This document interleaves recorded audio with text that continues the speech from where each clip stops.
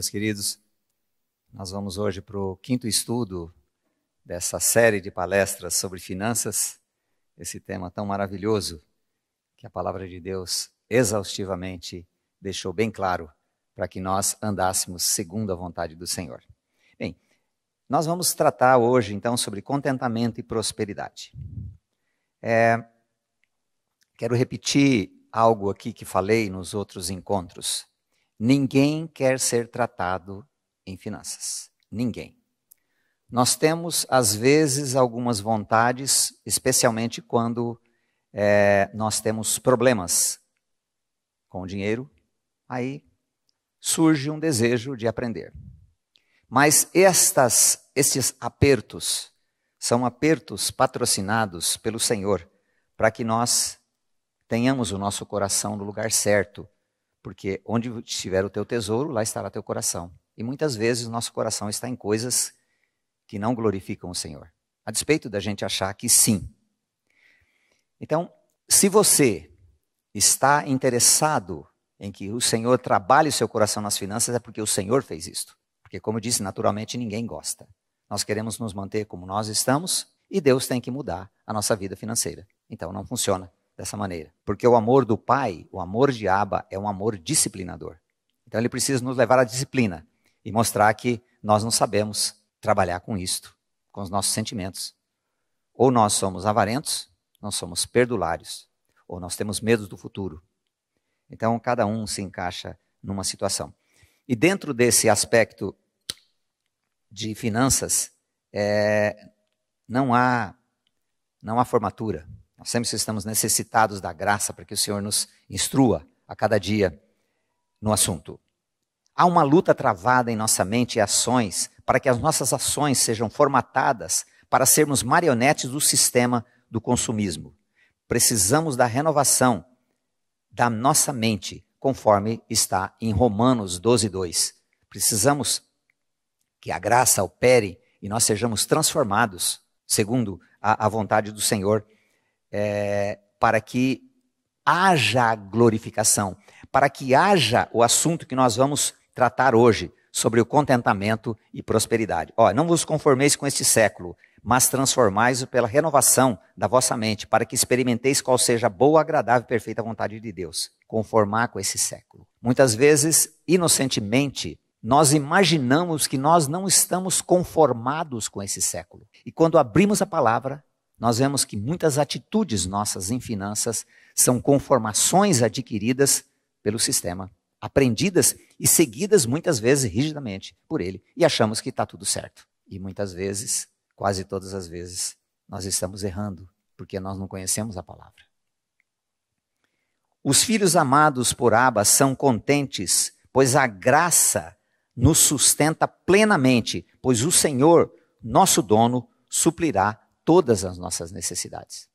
O sistema, eu estou citando Filipenses 4:19.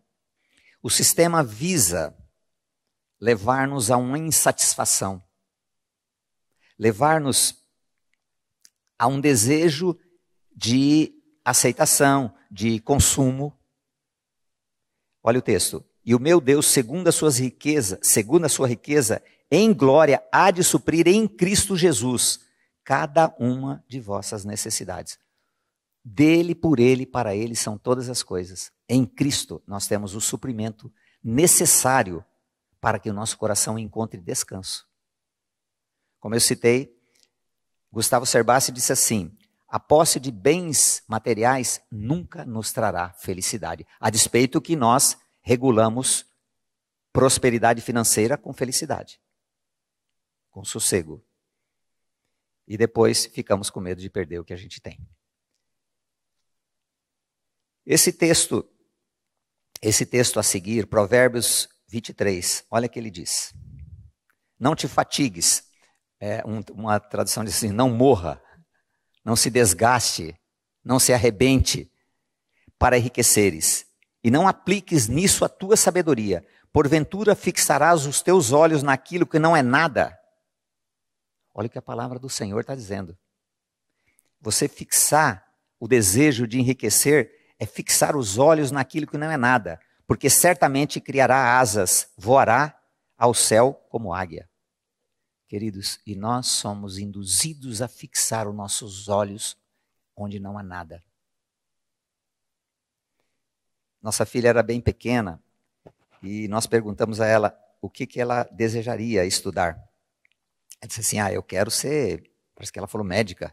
Mas por que você quer ser médica? Imaginei que ela dizia assim, não, porque eu queria salvar vidas, né? Não sei, porque eu quero ficar rica. Ela era bem pequena. Mas aonde aprendeu isso, né? Certamente aprendeu em casa, com o pai delas, né? Então, há um desejo latente de ficar rico. O texto diz assim, para colocar a sua casa no alto. Colocar a casa no alto. Para não sofrer o que o homem comum sofre. Nós imaginamos essas coisas. Aí quando o dono do Santander morreu porque não tinha ar, ele não teve onde comprar ar, morreu porque faltou ar. Com toda a fortuna, ele não conseguiu. A Covid levou-o. Todo o dinheiro do mundo, todo o dinheiro que ele tinha, não foi suficiente para livrá-lo, porque ele não tinha ar. E o texto em Atos diz assim, ele nos dá a respiração e a vida. O Pai nos dá a respiração e a vida. Então, se fatigar para enriquecer, não aplicar nisso a nossa sabedoria, não aplicar nisso o nosso tempo. Mas o homem suspira para ser rico. 1 Timóteo 6,9, querido. Olha o que diz. 1 Timóteo 6,9. Enquanto isso, quando nós estamos aqui ouvindo a palavra, é travada uma luta. Porque a nossa mente lógica, diante de alguns textos bíblicos, ela diz assim, isso não vai funcionar comigo. É uma luta sendo travada. Para que tudo continue como sempre foi.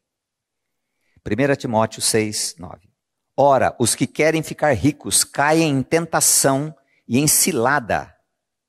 Querer ficar rico é entrar em cilada. Isso quando não usa argumentos tipo para abençoar a obra do Senhor, né? E em muitas concupiscências são os desejos desenfreados. Insensatas, sem sentido, sem inteligência. E perniciosas, as quais afogam os homens na ruína e perdição. Afogam os homens. E, queridos, não significa exatamente que vão perder tudo. Alguns vão perder tudo. Às vezes não vão perder tudo. Eles continuam ricos, mas estão correndo atrás do vento. Estão se afogando com aquilo que eles lutaram tanto tempo. O fato é que a palavra é clara com relação a isso. Não há contentamento. Nós citamos aqui Rockefeller, né? Quanto mais para ficar contente? Um pouco mais. Um pouco mais. Contentamento é uma escola.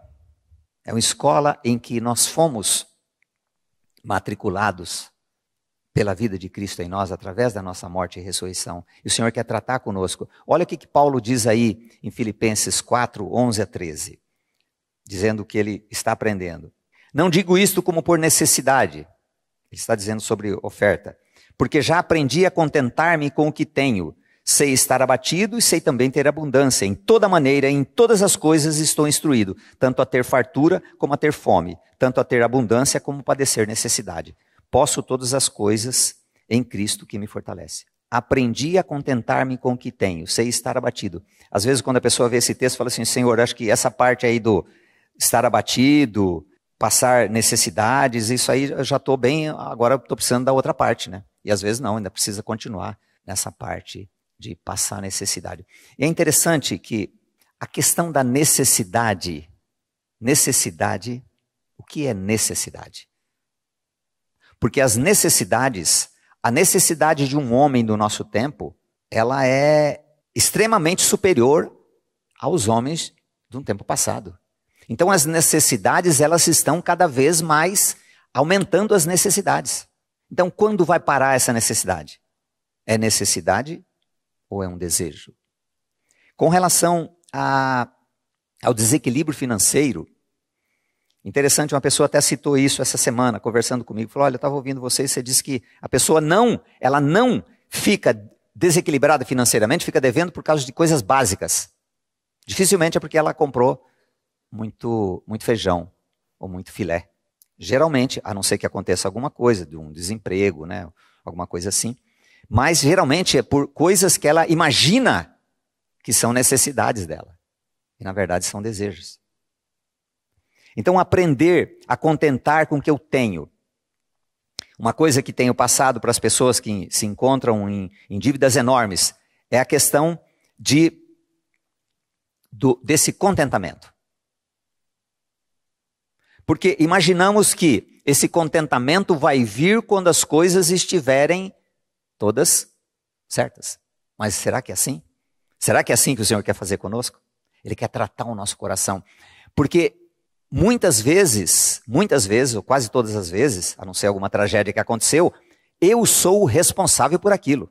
Eu não sabia os princípios bíblicos, ou ouvi os princípios e não coloquei-os em prática. Não me empenhei na profissão que Deus me deu. Às vezes sou um péssimo testemunho lá no meu trabalho. Então, eu criei uma situação ruim. E agora estou colhendo os frutos dessa situação, dessa falta de contentamento. Sei também ter abundância.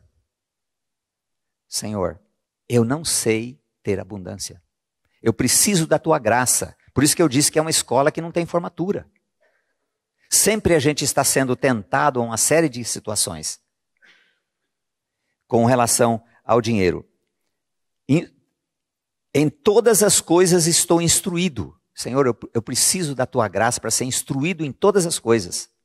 No dia da prosperidade goza do bem, mas no dia da adversidade considera em que Deus fez tanto este como aquele, para que o homem nada descubra do que há de vir depois dele. Dias de abundância, olha agora. Está tudo cheio, mas o Senhor é tão maravilhoso que Ele fala assim, não, calma aí, eu preciso tratar o seu coração. Tratar o seu coração no dia da necessidade, no dia da adversidade, não é? E é interessante, esse finalzinho diz assim, para que o homem nada descubra do que há de vir depois dele. Porque a gente já projeta, né? Fala assim, agora está tudo assim, olha, eu comprei umas cripto aí, está aí bombando, eu comprei e paguei 10 mil reais nas cripto, está assim, está estourando, de repente, pum, cai tudo. Queridos, nós precisamos totalmente da graça do Senhor. Precisamos que Ele encha o nosso coração da sua alegria, do seu contentamento, para que possamos viver nesses nuances do nosso sentimento, né? Com relação a isso. E nós lutamos contra histórias que nós temos na nossa família, viu? Muitas lutas que a gente desconhece. Às vezes, caminhando com uma pessoa, ela fala assim, puxa, agora que eu estou percebendo, o meu posicionamento era o mesmo que o meu pai tinha e eu detestava aquilo, como ele tratava as finanças. Olha a frase de Immanuel Kant. O descontentamento faz de ricos pobres e o contentamento faz de pobres ricos. Descontentamento faz de ricos pobres. Nunca chega ao contentamento. E o contentamento faz de pobres ricos ou transformados, né? Regenerados. Eu gosto muito dessa história de que o rei tinha um filho e o filho era muito descontente. E ele falava assim, mas esse meu filho tem tudo, ele é muito descontente, ele nunca está descontente com nada, né? E ele mandou o servo dele procurar uma ajuda.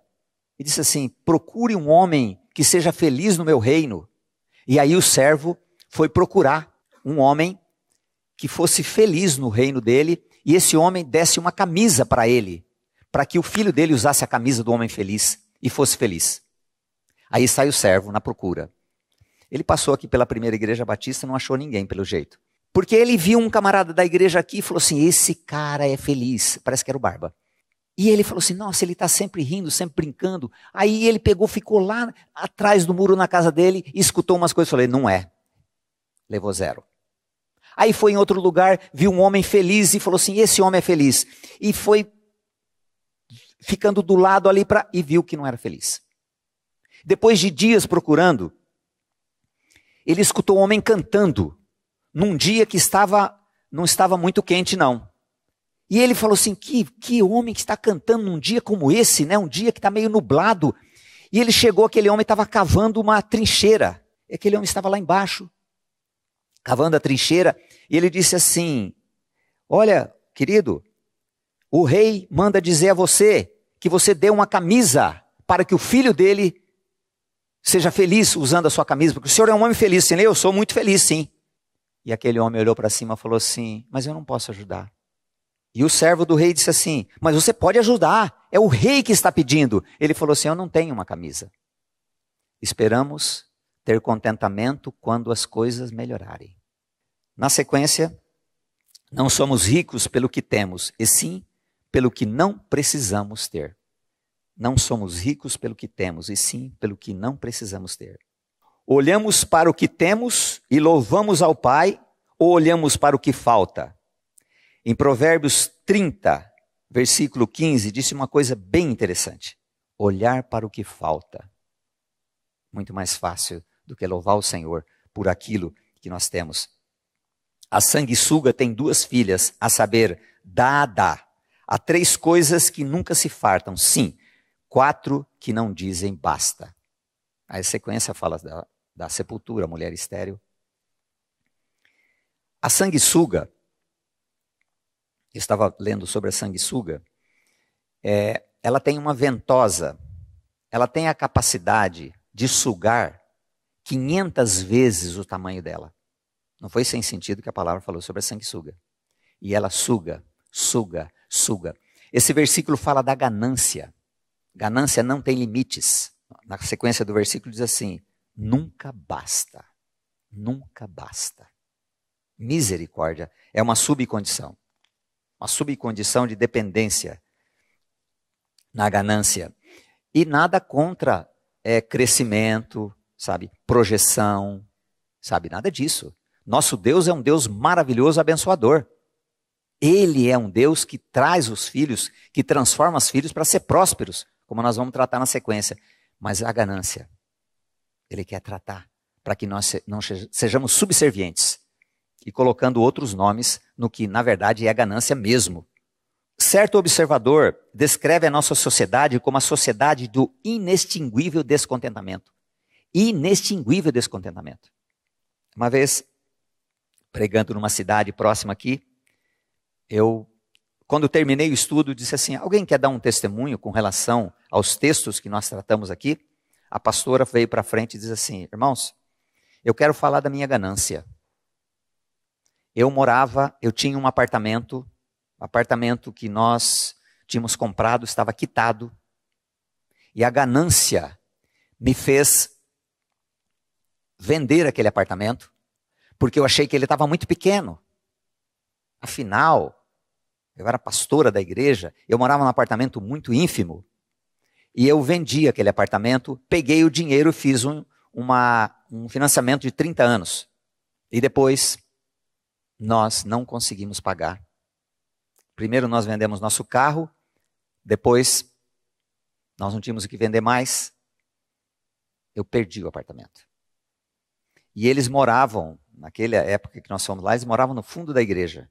E certamente, o lugar que eu fui tomar um café antes do estudo, e o lugar certamente era bem menor do que o apartamento que eles tinham. Ela não disse isso.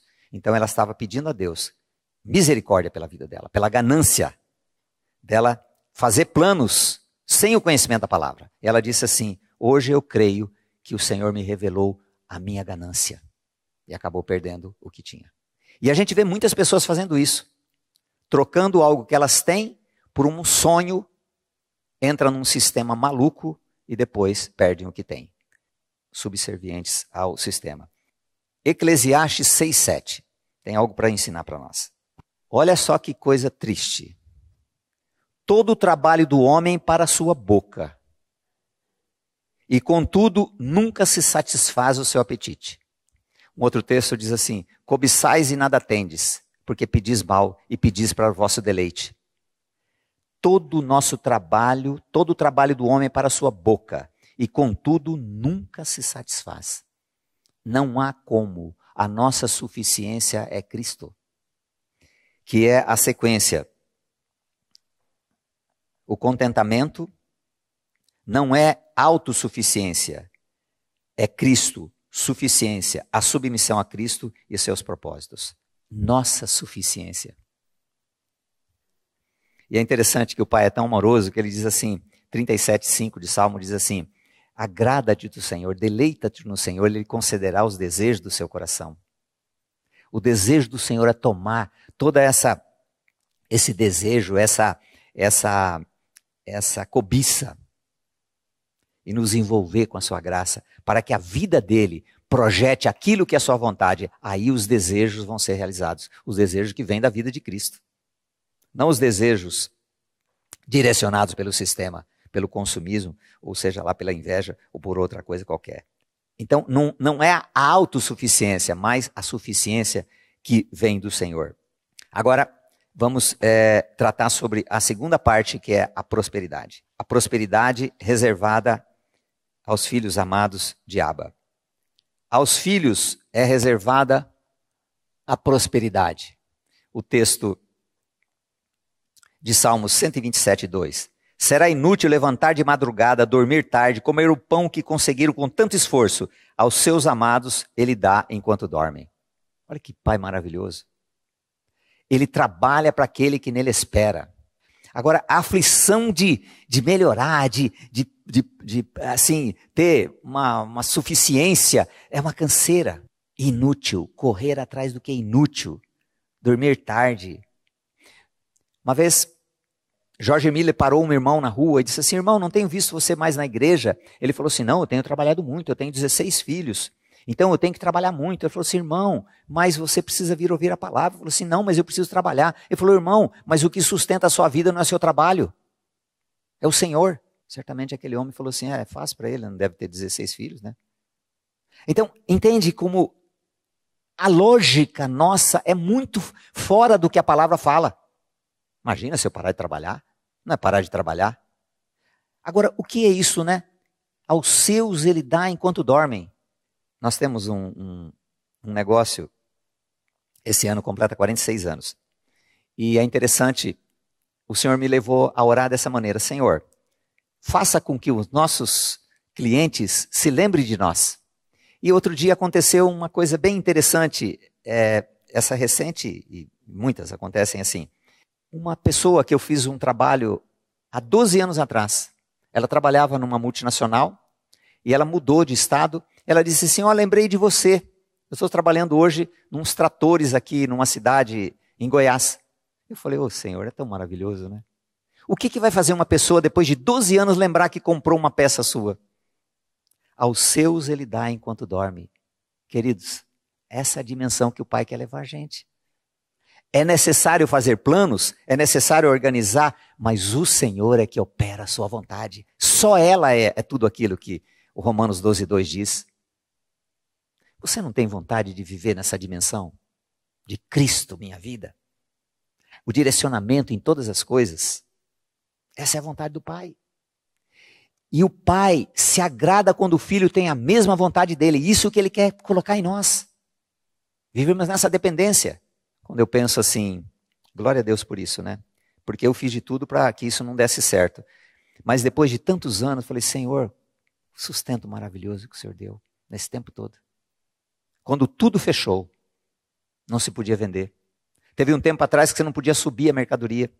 Como que ele sustentou? Porque aos seus ele dá enquanto dorme. Ele trabalha para aquele que nele espera. Agora nós não esperamos no Senhor. Quando eu digo, aconselhando uma pessoa, eu falei assim, querido, você precisa do milagre. Mas o milagre demora. Ele pensa isso. O milagre demora. Então eu preciso fazer, preciso dar um jeito. Uma pessoa que não estava muito endividada, depois quando ela começou a respirar um pouco, né, mais aliviada, ela me ligou e perguntou assim, o que eu vou fazer agora? Eu arrumei um emprego muito bom e o emprego precisa de um carro. O que eu vou fazer agora? Eu falei, o que você faria antes? Ela falou assim, eu entraria num financiamento, porque eu estou em emprego aqui, eu preciso de um carro. Então, é isso que você faria? Então, e agora? E agora? Que você quer crescer no conhecimento do Senhor? Ela disse assim, não é lícito, né? Eu falei, tudo bem. Você pode fazer? Pode. Mas ela disse, não é lícito. E sabe o que aconteceu? Poucos dias depois, um amigo disse assim, eu fiquei sabendo que você precisa de um carro para esse emprego, eu vou te emprestar o carro, eu não vou precisar. E ela pôde entrar no trabalho. E uns meses depois, ela precisava ou comprar o carro dele ou comprar um carro, certo? E ela me disse que um advogado que ela tinha entrado em uma ação há muito tempo diz assim: querida, sabe aquela ação? Então, eles estão fazendo uma proposta. Ela falou assim: qual proposta? Quanto? Ele disse assim: tanto. Ele falou assim: pega, fecha. Aí o que ela fez? Ela recebeu o dinheiro antes de entregar o carro e comprou outro carro. Aos seus ele dá enquanto dorme. Esses são os milagres da graça de Deus, que é para filho, que são tratados no contentamento, são tratados na concupiscência, são tratados na ganância, tratados na inveja, que move o mundo. Todos os filhos são prósperos. Se não és próspero, certamente estás fora da palavra, ou não é filho, é só um religioso e incrédulo. A prosperidade bíblica é para os filhos. Todos os filhos são prósperos. A graça do Pai é nosso sustento.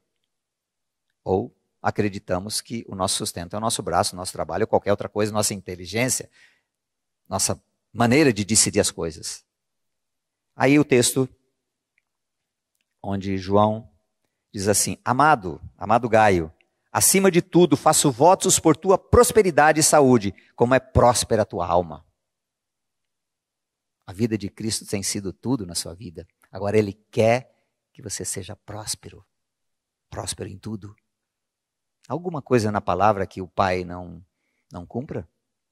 Mas muitas vezes nós fazemos como se Deus fosse mentiroso, porque ela não acontece na nossa vida. E certamente o erro está em não crermos na palavra, não esperarmos no Senhor. O nosso erro é não conhecer ou conhecer e não praticar, como diz a palavra em Mateus 22, 29. Conhecer ou não conhecer, e se conhecer, não praticar. Mateus 22, 29. Respondeu-lhe Jesus: errais, não conhecendo as Escrituras nem o poder de Deus. Possivelmente, em todos esses textos que nós tratamos, só essa noite, nós podemos ter algumas ressalvas em alguns textos. Podemos até ter ressalvas, por causa da formatação que nós recebemos, por estarmos enxertados do sistema. Mas a palavra de Deus é verdade. Então, conhece os textos, mas não conhece o poder de Deus para realizar aquilo. Eu tenho visto pessoas falando: nossa, que maravilha, pensar que Jesus falou, as parábolas, 21 parábolas falam sobre dinheiro. Que o livro de Provérbios tem 900 e poucos versículos e mais de 100 versículos falam sobre dinheiro. Pensar que fala mais de dinheiro do que fé é maravilhoso demais. A gente fica feliz. Pai, eu preciso que o Senhor me dê fé para crer que essa palavra é para mim. E o Senhor quer realizar essa palavra que eu acho maravilhosa na minha vida. A obra de Cristo é maravilhosa. Ele nos atraiu em si. Nos fez morrer e ressuscitar. Não significa nada se eu não estiver lá nele. Eu estava dizendo essa semana, a palavra atração, ela é maravilhosa. Ela significa arrancar com força. É isso que Deus fez em Cristo. Ele nos arrancou de nós mesmos, porque nós não queríamos. Não há quem busque a Deus. Atração maravilhosa, que precisa arrancar-nos de nós mesmos. É isso que o Pai quer fazer com relação às finanças. Ele quer arrancar essa subserviência, esse amor ao dinheiro, esse desejo de parecer, esse desejo de ser rico, essa ganância, essa inveja, para que a nossa vida seja para glorificar o nome dele. Quer seja com pouco ou seja com muito. Conhecer a palavra e saber do poder de Deus para realizar em nossa vida. Queridos, nós desconhecemos como nós somos resistentes à palavra de Deus com relação a muitos assuntos, especialmente com relação às finanças. E as pessoas inteligentes são os piores.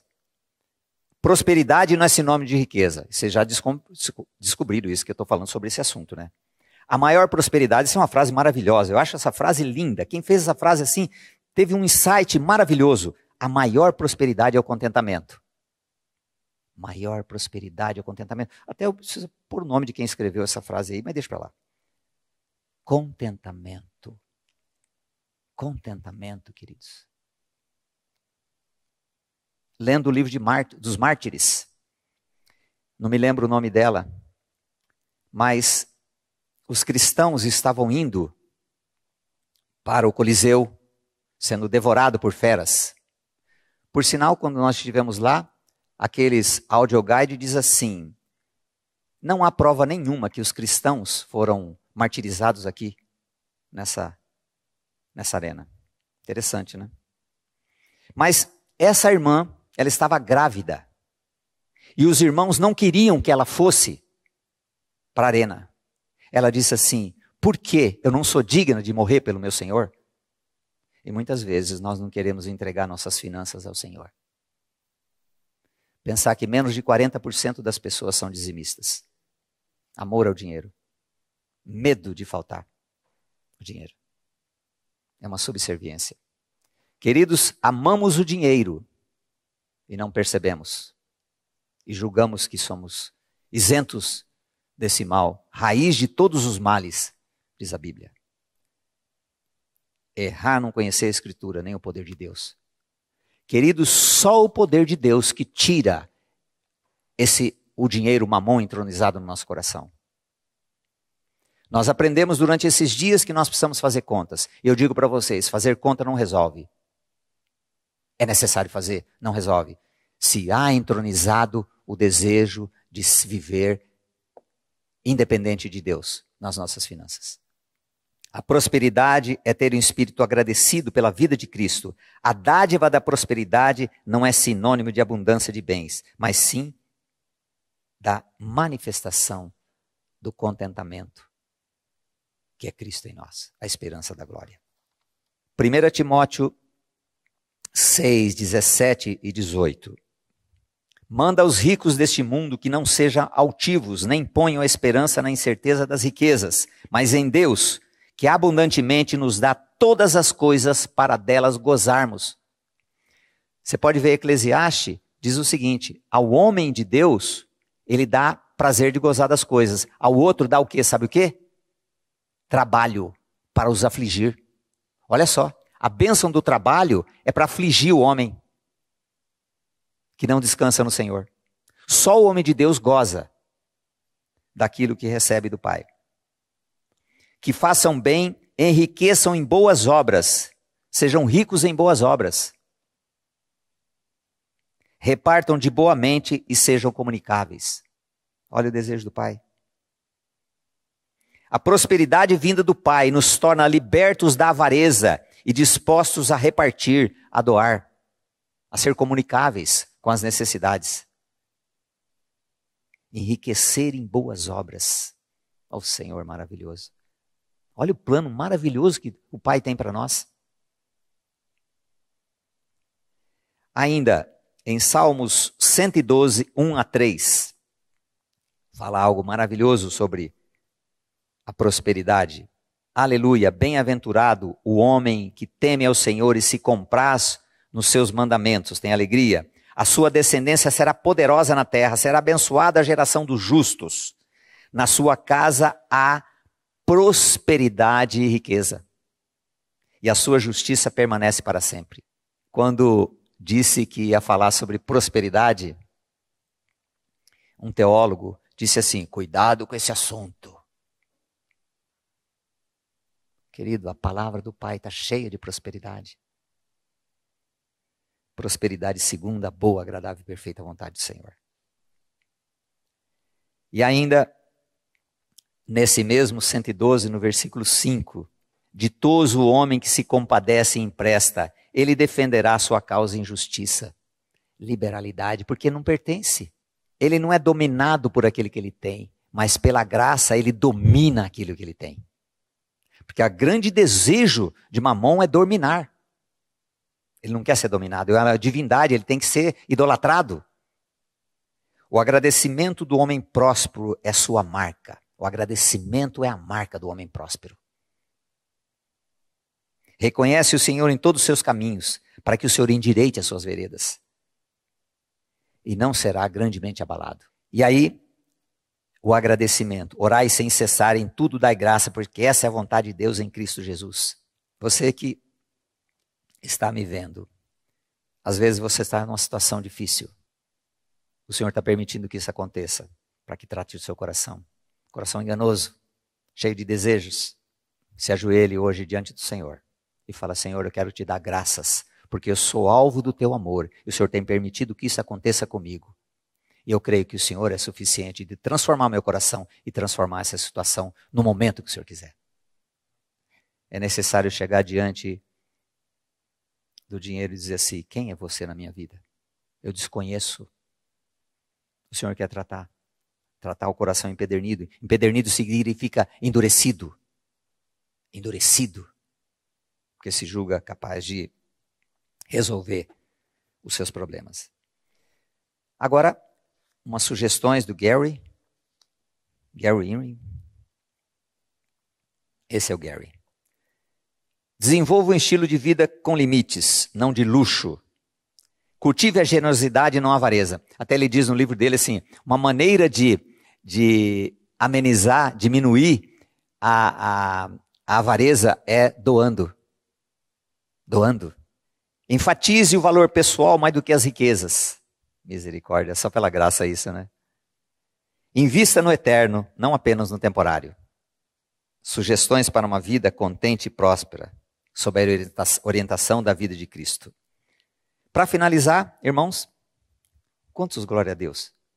E sede cumpridores da palavra e não somente ouvintes, enganando-os a vós mesmos com os falsos discursos.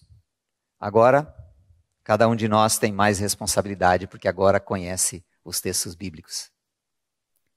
É tão maravilhoso esses textos da palavra, que nos exortam, que nos fortalecem a ver que nós somos o problema da nossa vida nessa área financeira. Cumpridores da palavra, oh Pai querido, opera no meu coração para que a tua graça em mim me faça cumprir a tua palavra. Porque não se apodere de mim iniquidade nenhuma. Você que tem reconhecido, através desses estudos, que você vive totalmente seguindo os seus desejos, é momento de pedir misericórdia. O primeiro passo é o arrependimento. Senhor, dá-me arrependimento verdadeiro de ter vivido como marionete do sistema, dos meus desejos, da minha história, da história que eu herdei da minha família, para que eu seja liberto de mim mesmo. Quero viver para a tua glória. Quero ser próspero ou não, ter muito ou ter pouco, mas viver para a tua glória com contentamento. A gente na corrida diz assim que devagar também chega-se ao longe. Chega longe. Devagar também é pressa. Então é um trabalho. Queridos, essa muralha de viver conforme a nossa vontade, ela demora alguns anos, viu? Demora alguns anos para ser destruída.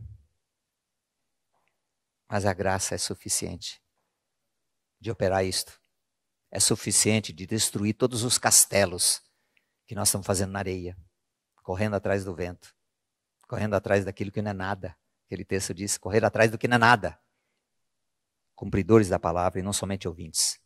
Ouvem e nunca botam por prática. Essa é a vontade do Pai. Clamar por misericórdia. Eu falei, Senhor, eu quero colocar isso em prática. Eu reconheço que eu não sei. Eu nunca fui ensinado, mas eu quero ser ensinado pelo Senhor para glorificar o seu nome em todas as coisas na minha vida financeira. Graça e paz, meus irmãos. Obrigado.